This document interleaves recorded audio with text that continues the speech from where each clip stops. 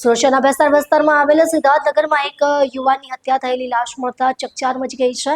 મૃતકની ઓળખ તુફાન રાઉત તરીકે કરવામાં આવી છે, જેની વય અંદાજે 45 વર્ષની હતી. તુફાન રાઉત મૂળ ઓડિશાના રહેવાસી હોવાનું પ્રાથમિક માહિતીમાં સામે આવ્યું છે.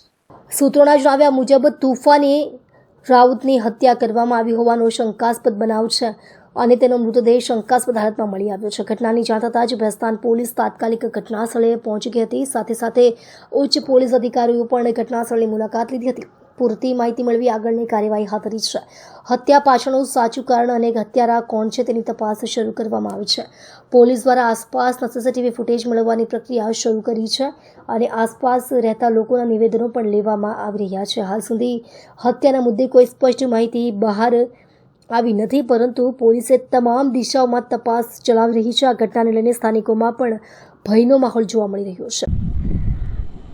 જી સાહેબ, કઈ રીતની ઘટના ઘટી છે અને કઈ જગ્યા? અત્યારે એક મર્ડરની ઘટના સામે આવી છે ભેસ્તાન પોલીસ સ્ટેશનમાં, જે સિદ્ધાર્થનગર વિસ્તાર છે ત્યાં ગલી નંબર 12 છે. ત્યાં આગળ મરણ જનાર છે અમર ઉર્ફે તુફાન વિજય રાઉત, ઉંમર વર્ષ 45. એને અત્યારે કોઈ અજાણ્યા માણસોએ એની હત્યા કરેલી છે. અત્યારે અમારી તપાસ ચાલે છે.